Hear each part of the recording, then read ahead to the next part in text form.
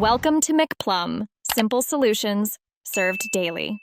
You begin by lifting the corner and supporting the car with 2 jack stands. Do not rely on the jack. Once supported, remove the wheel so you can reach the sway bar link and its mounting points. Next, gather tools: a 15-18 socket set, breaker bar, pry bar, penetrating oil, and a torque wrench. Make sure brake caliper is secure out of the way. Now that access and tools are ready, move to checking play and visual condition. Start by grabbing the sway bar link and applying vertical and rotational force.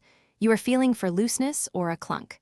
Once done, use a pry bar between the control arm and bar to amplify movement. Any gap, cracked boot, or metal-on-metal contact is a fail. Make sure to inspect ball joints, bushings, and threads for corrosion or play exceeding roughly 0.5 mm. If symptoms match, knocking over bumps or steering, to replace, apply penetrating oil, hold the stud with one wrench and break the nut with another. Use impact or breaker bar if needed, then remove the link.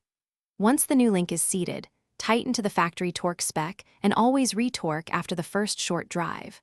Lower the car and perform a road test over a variety of bumps and turns while listening for clunks.